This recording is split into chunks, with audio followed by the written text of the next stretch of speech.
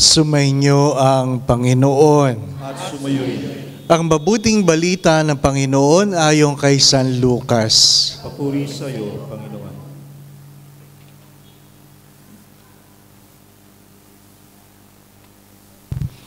Noong panahong iyon, nagpatuloy si Jesus sa kanyang paglalakbay.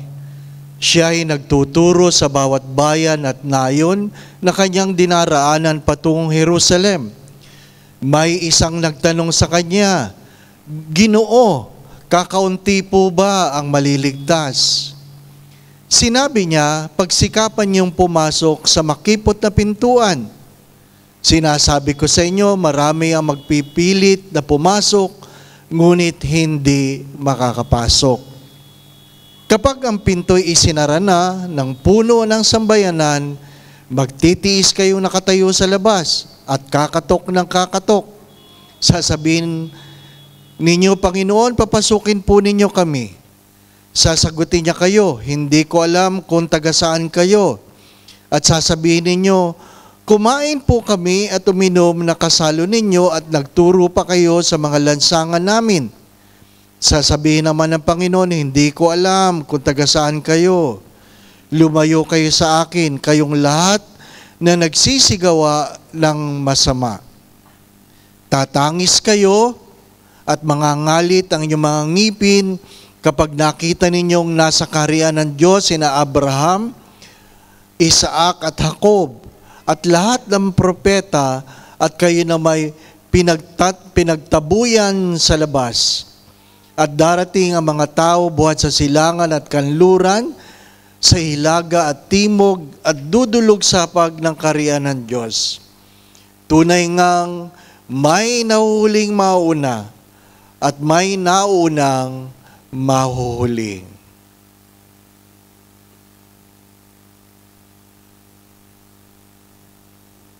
Ang mabuting balita ng ating kaligtasan. Pinupuri ka namin, Panginoon Kristo. Tayo po'y magsiupo.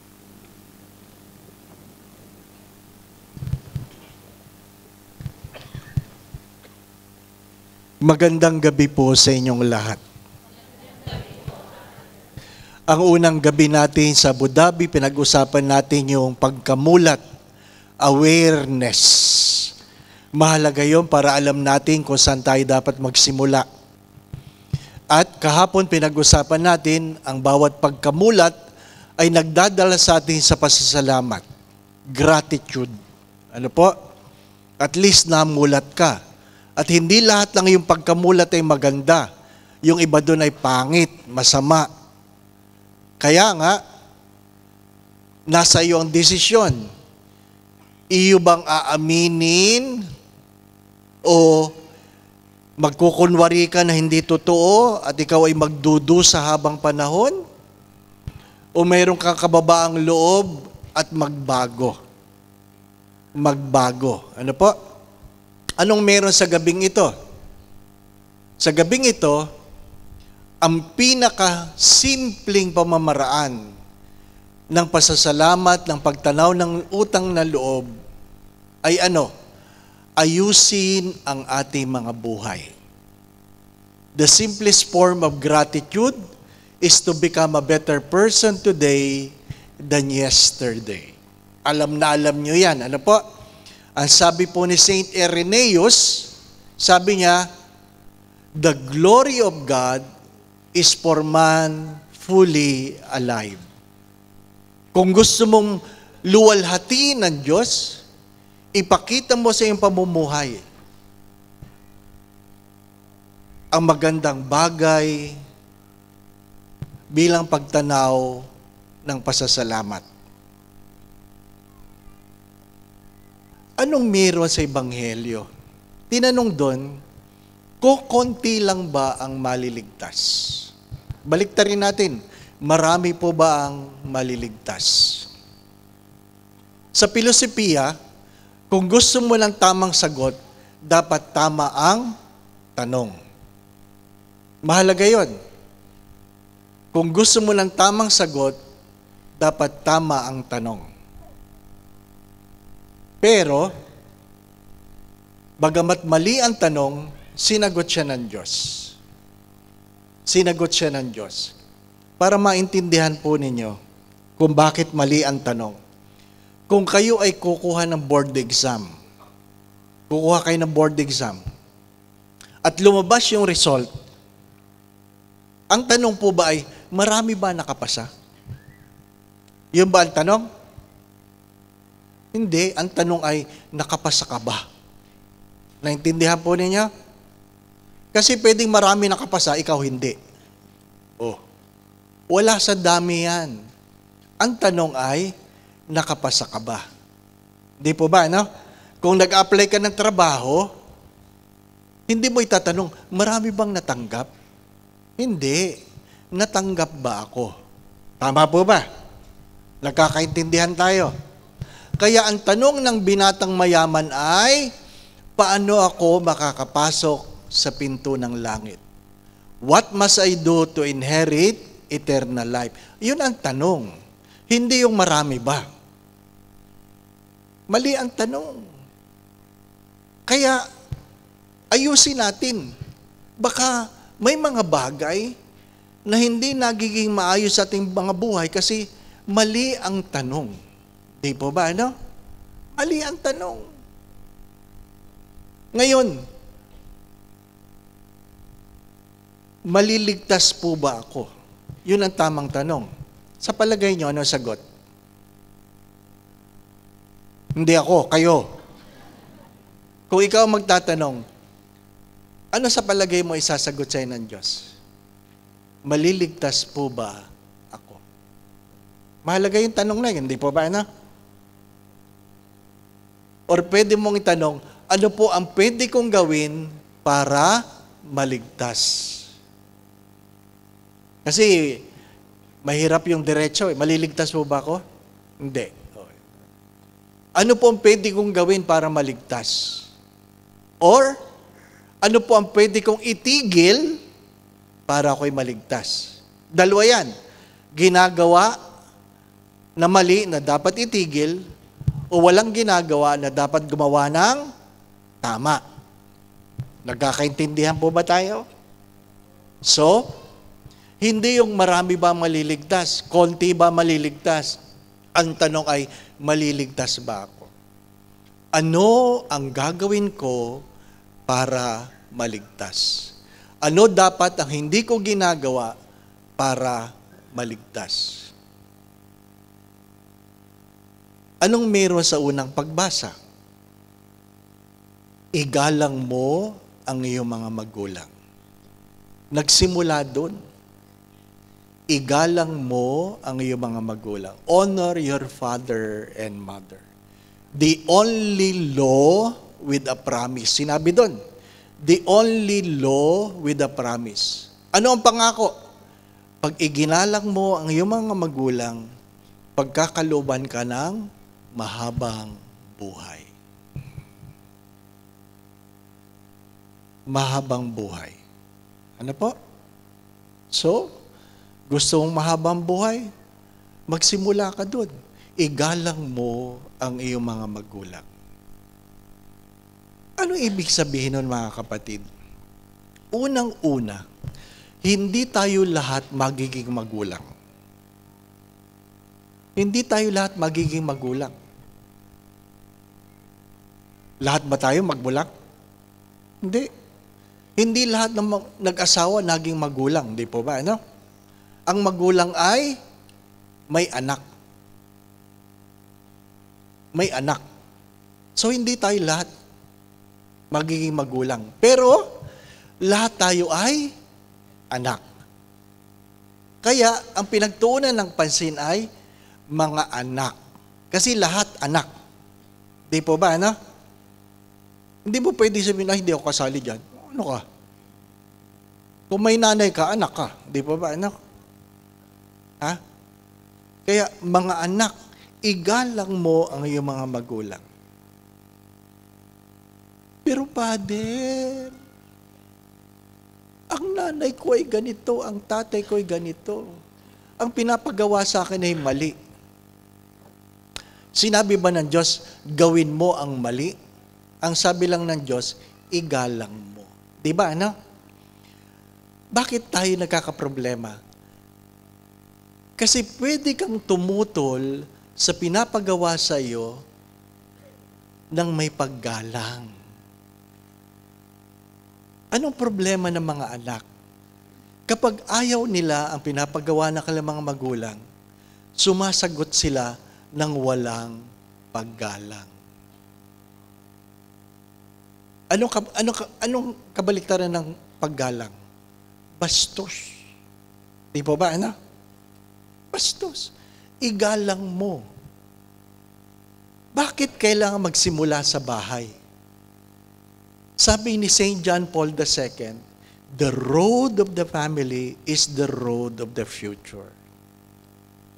Kung hindi ka marunong gumalang sa sarili mong magulang, sino ang pwede mong igalang? Kaya nga sabi ko kahapon, pag kayo'y mag-aasawa, tingnan nyo kung iyong asawa ay marunong gumalang sa kanyang magulang. Kasi kung hindi niya kayang igalang ang sarili niyang magulang, maaasahan mo bang igagalang niya ang magulang mo? Hindi. Hindi. Magsimula tayo sa bahay. At ang pinakamagandang simulain ay ang paggalang.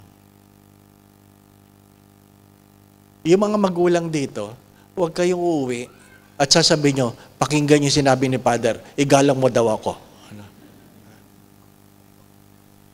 Ano ang kautusan? Respect is not something you can demand. Respect is something you have to earn. Hindi mo pwedeng igalang ang isang taong hindi kagalang-galang. Di po ba, na? Igalang mo ako. Kayo po ba si Mr. Galang? Di ba? Respect has to be earned. Kaya nga, bago ka magkaanak, Mrs., Mr., isabuhay mo ang iyong pagkatao, nakagalang-galang ka. Kung hindi mo kayang igalang ang sarili mong mister, paano ka kagalang-galang ng iyong anak? Kung hindi mo kayang igalang ang sarili mong misis, paano ka magiging kagalang-galang na magulang? Hindi po ba? Yung mga magulang na sumusulat sa akin, Father, ba't ganito ang aking anak? Hindi ko po alam, anak nyo yan eh. Hindi po ba? Ano? May karanasan niya, kaya yan ganyan. Ano ibig ko sabihin? Ang ating mga pagkatao ay hinuhubog ng ating karanasan. Ngayon, ipangangatuwiran mo ba yan para hindi ka magbago o magsumikap kang magbago? You want to give glory to God, then regardless, make yourself a better person today than yesterday. Don't compare yourselves with anybody. Wag na wag mo ikukumpara ang iyong sarili sa ibang tao. Dahil hindi naman kayo parehas ng pinagdadaanan. Kaya tayo malungkot. Kinukumpara natin ang ating sarili sa ibang tao. Hindi naman pare-parehas ang ating karanasan. Magkaiba tayo ng karanasan. Maging ang magkakapatid, hindi pare-parehas ang karanasan. Tanging mga magulang lang natin ang nakakaalam kung bakit para bagang mas kinakampihan ng magulang natin ang bunso o panganay. Hindi natin alam. Sapagkat nung sila'y pinanganak, hindi mo alam kung ano ang nangyari. Di po ba, anak? Hindi mo alam. Mayroon bang favoritism ang mga magulang? Wala. Pero ang alam natin, ang higit na nangangailangan ay higit na minamahal. Yan ang magulang. Ang higit na nangangailangan ay higit na minamahal. Sino ang nangangailangan ng gamot? Yung may sakit. Kung sino yung higit na may sakit, yun ang higit na dapat bigyan mo ng gamot. Tama po ba? So dapat naintindihan natin yun. Ano ang aking babaguhin, Father? Kayo ang sumagot, sapagkat kayo ang nakakaalam. Pero Father, ang tagal ko nang ginagawa ito. Well, the only thing that doesn't change is changing. Ang natatanging bagay na hindi nagbabago ay ang pagbabago.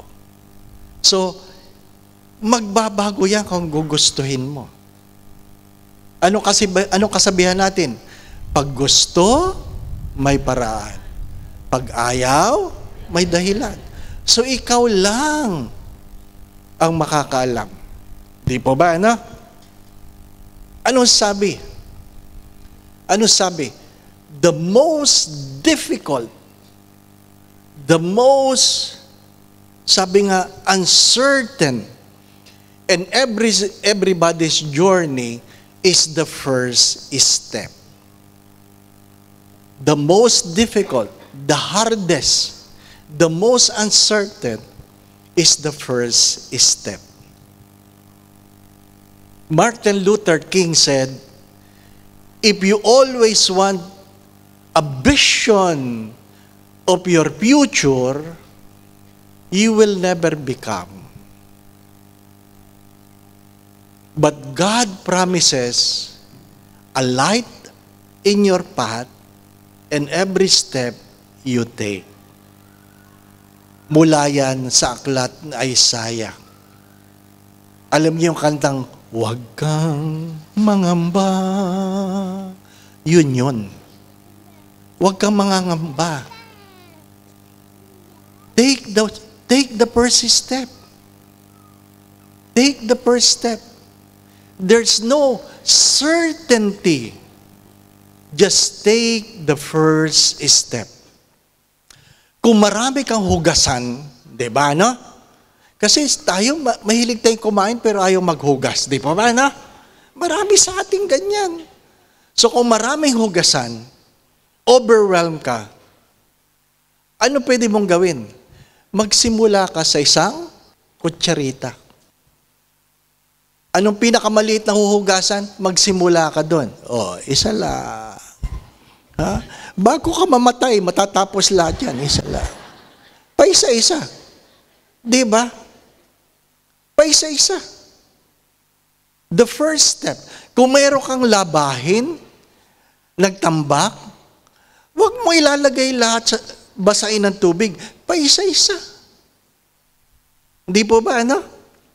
Kailangan bang sabay-sabay lalagay mo? Hindi, paisa-isa. Sasabihin sa'yo ng nanay mo, gastos yan. Dapat ibabad mo lahat. Ay kaso, kung hindi mo naman kayang labahan ng sabay-sabay, mangangamo yan. Hindi po ba, ano? Paisa-isa. Tulad ng sabi ko, isa-isa mong nilalabahan, sa isang pantalon, isang paa muna, mamaya isang paa muna, di ba? Matatapos din yan, di po ba, ano? One step at a time. Ano sabi nila? Nakakita na kay elepante. Alam niyo yung elepante? Ha?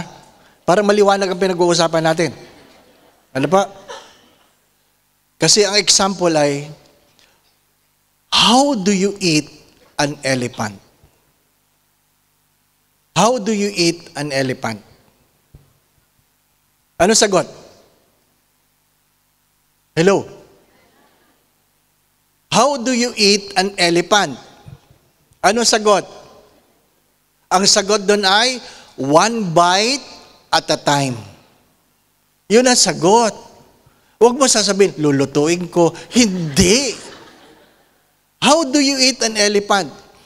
Ibig sabihin, sometimes life is too overwhelming. And when you look at it, it paralyzes you. So how to eat an elephant? One bite at a time. How to complete a journey? One step at a time. Naintindihan po ba ninyo? Walang overnight na pagbabago. Kaya nga, a better person today than yesterday. Isa-isa. Kung kayo ay chismoso o chismosa, mas maliwanag yun, di po ba? Ano?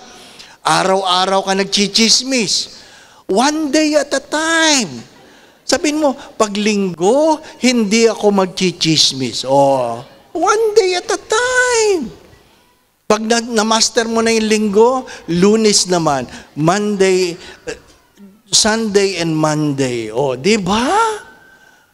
Bago ka mamatay, makukumplete mo isang buwan. One day at a time. Naintindihan po ba ninyo? Hindi humihingi ang Diyos ng biglaang pagbabago. Sapagkat gaano man kataas ang gusali na tinatayo, ang pinakamahalaga ay yung pundasyon. Pag nagtayo ka ng gusali na walang pundasyon, pagdating ng araw, matutumba iyon. One day at a time. You don't go to heaven immediately. You go to heaven by making a choice for God one day at a time. Kung may makakalimutan ka sa gabing ito, tandaan mo na lang yung elepante. Ano po? Pag nakita mo ang misis mo, di ko sinasabi ha. Di ko sinasabi. Di ba? One day at a time. You cannot correct an old habit immediately. One day at a time. Alam po ninyo, kailangan kong aminin na addict ako sa kape. May na-addict ba sa kape, Father? At least mayroon ako kaklase dito, di ba? Umamin. Ano pa?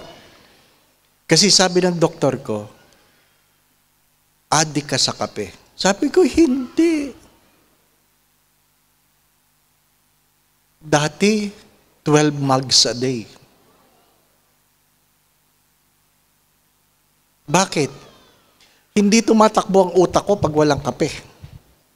Worse, hindi na ako nakakatulog pag hindi nagkape. Dumating yun. Kaya sabi niya, subukan mong itigil ang kape kung hindi ka addict.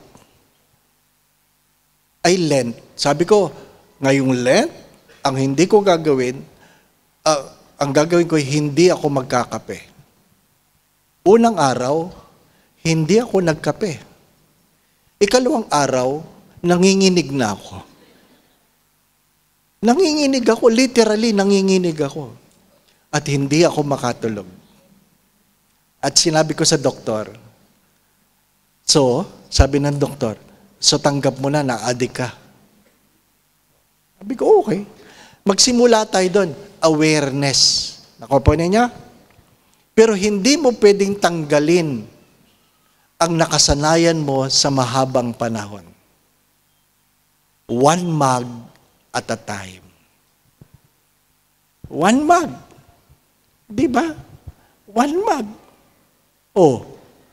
Graduate ako. After 25 years. 25 years. Kaya anong sinabi ng doktor pagkatapos ko may stroke? Father, may kota ka sa kape. Isa lang sa isang araw. Kung decaf, pwedeng 3. Paano kung hindi ako nagkaroon ng withdrawal? Mamamatay ako sa kape. Kasi baka may stroke ako. Nakuha po niya? One day at a time. One cup at a time. One piece at a time. One step at a time. You cannot grow in prayer by simply deciding that from now on, I will pray. Parang sinisilaban ang puwet mo. Kasi hindi ka sanay na nagdadasal. Nakuha po ninyo? Yung mga taong hindi sanay tumahimik, kahit gaano katahimik ang lugar, ang kanilang mga bibig parang puwet ng manok. Kasi sadyang kumikibot-kibot, nakakita na kayo ng puwet ng manok. Minsan bumili kayo ng manok na buhay, tingnan nyo, ganito pala, gano'n. Hirap na hindi nagsasalita. Kasi nakasanayan. Ako po ninyo, hindi ka magiging sugarol na pag upo mo ngayon, bukas, sugarol ka na. Hindi. Pag paulit-ulit ka nagsusugal, saka ka nagiging sugarol. Naku po ninyo.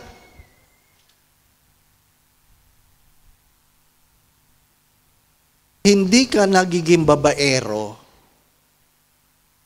kung ngayon nakakita ka ng babae. Di ba? Hindi. Magsisimula ka muna sa kape. Magkape naman tayo. Di ba? Dapat ka umuwi. Nandun ka, nasa tambayan ka ng kape. Sa susunod, mamasyal naman tayo. Habang nagkakape. Kasunod, manood naman tayo na sine. Ang layo ng Dubai. Mag-overnight naman tayo sa Dubai. Ganon yan. Hindi yan biglaan. Saan ko natutunan yan? Sa mga estudyante ng isang universidad na kung saan ako'y naging chaplain. Alam niyo, mga estudyante, kayo din yun. Yung iba sa inyo dati. Nagsisimba lang pag finals. Di ba, no? Kaya pag napuno ang simbahan ng estudyante, sabihin ko, finals na ba? Finals na? Kasi, hindi nag-aral, tapos hingi sa Diyos ng biyaya, di ba ba? Nawa, Lord, luminaw ang aking mata. Nawa, Lord, gumanda ang sulat ng aking katabi. Di ba? Lord, sana po hindi siya madamot. Di ba, ganyan, no? Uy, ang maraming magagaling na ganyan. Pagdating ng exam, sasabihin nung, taas mo. Di ko kita! Ayusin mo! Tapos kukopyahin. Tapos maya-maya, tama ba yan? Ang kapal. Yung mga nangopya, yan ang mataas ang grade. Di ba, no? Ay! Wala pang finals, may nagsisimba ng estudyante. Sabi ko, Kinabukasan, nagsimba uli. Ay, sabi ko, pag nagsimba yan bukas, lalapit na. May problema yan. True enough! Lumapit ang estudyante. Father, pwede kayo makausap?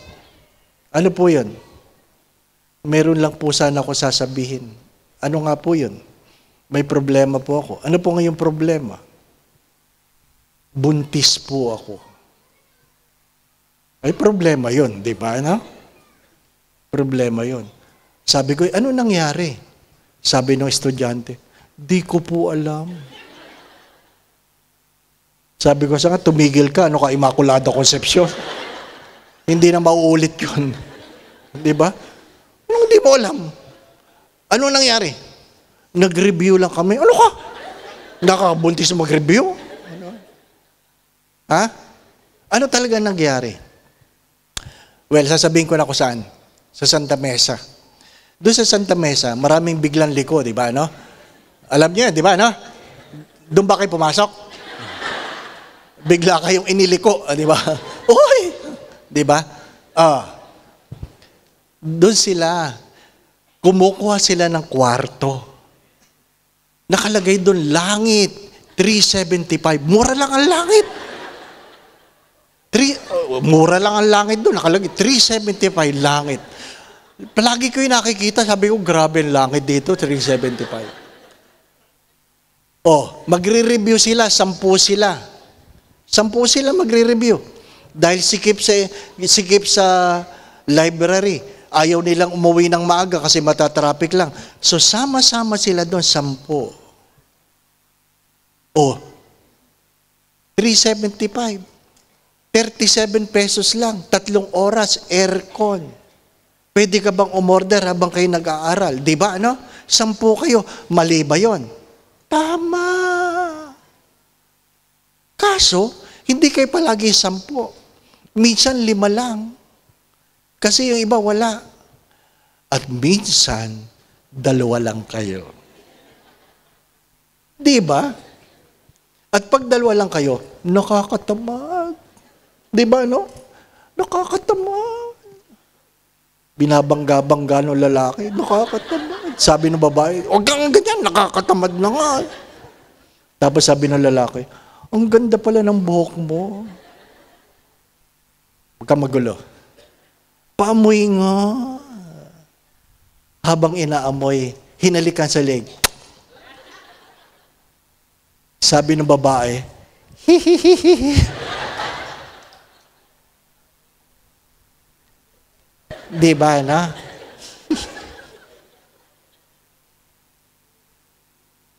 Dumi pa ang lalaki. Ano ba? At humiga. Di 2 na sila nakahiga. Di ba no? Lalong nakakatamad. Di pa ba no? At nangyari ang hindi dapat mangyari. Oh. Di ba? Nagkwento muna na sila yung nag-review. Ano ka? Sabi ko, ba't di ba pinigil? Nakalagay po kasi sa poster. Just do it.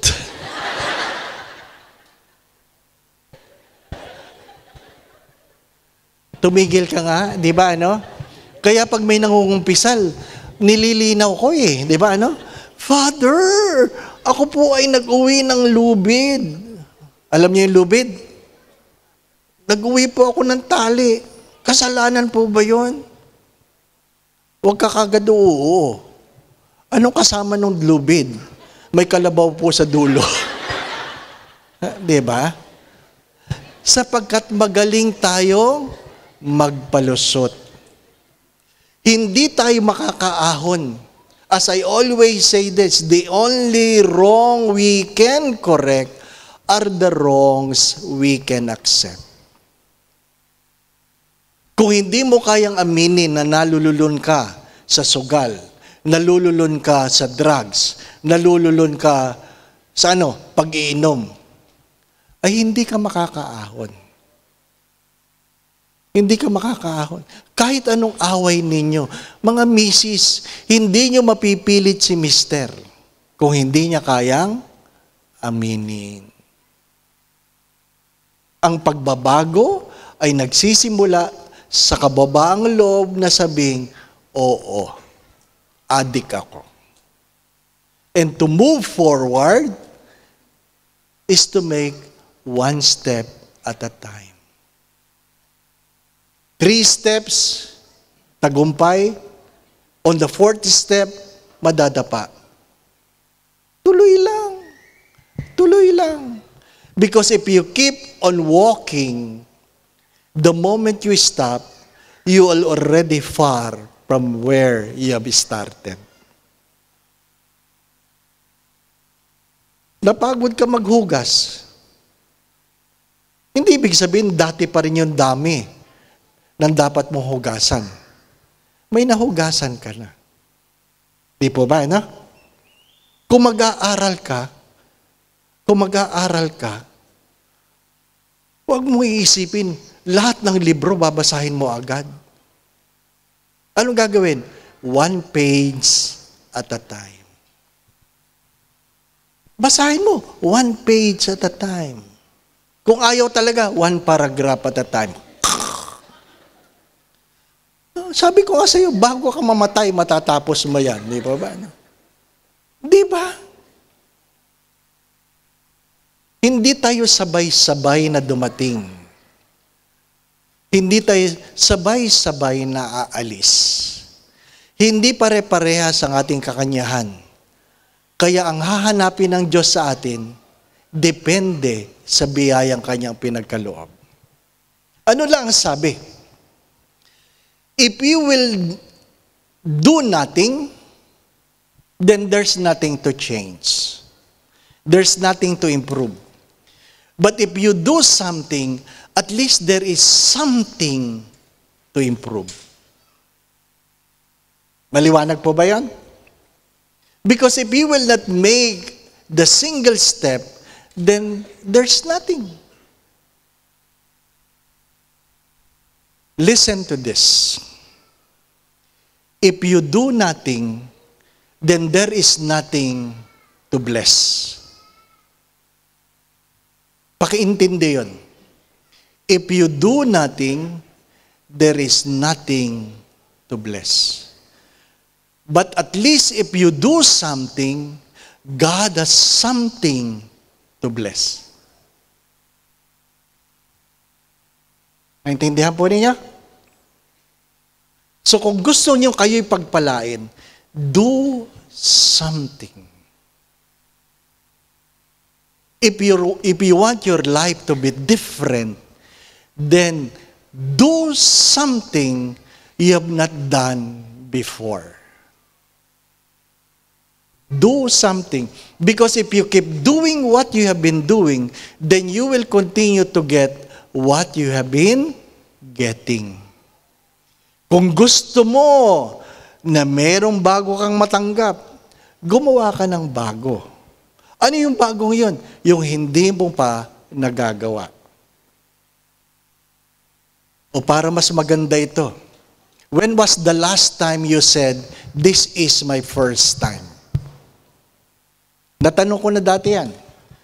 When was the last time you've said, "This is my first time"? Hello? Naintindihan po ba niyo yung tanong? When is the last? Kailan yung sinabing, "Uy, ngayon ko lang ginawa ito. First time." Anong catch doon? If you have not been saying those words, sorry to say this, you are already dying. Pag wala na kayong sinasabing, "Uy, bago ito," ibig sabihin, malapit na kayong mamatay. Malapit man malayo din, pilit mo ring mararating. Di ba ba, no? Bakit? Ayaw mo na ng bago. Ano sabi nila? If you have been doing things rightly and you have not been committing wrong mistakes, then you are not doing something new. Something new. Di ba, no? Take courage. Take courage. Mga minamahal na mga kapatid, sadyang may kanya-kanya tayong pinagdadaanan, pero isa lang dapat ang ating patutunguhan. Saan? Langit. No? Langit. Hari nawa, magkita-kita tayong lahat sa langit. Ha? Pa-picture kayo ng pa-picture sa akin. Ano po? Hari nawa, magkita tayo sa langit. Di po ba, ano? Ha? Huwag mo hindi yan magagamit kay St. Peter. Oh, Father, Peter, picture kay Father Dave. Ano ka? Nasa langit siya, ikaw wala. Oh. Di ba? Magkita-kita tayo. Ha? Pero hindi ako nagmamadali. Pwede kayo mauna. Di ba ba? Di ba, na? Life is short. Life is short. Huwag niyo sayangin ang panahon. Huwag isipin ng mga bata, mahaba pa ang kanilang mga buhay. Hindi. Sadyang yan ang misteryo ng buhay. Di ba? Parents, I would like you to ask a very difficult question. And what is that? If you die, will your children survive? Hello? Ha? Diba, ano? Yes, Father. Bibiling ko sa aking biyanan. Di ba? Balik tayo doon sa unang pagbasa. Have they learned the virtues that could bring them to heaven?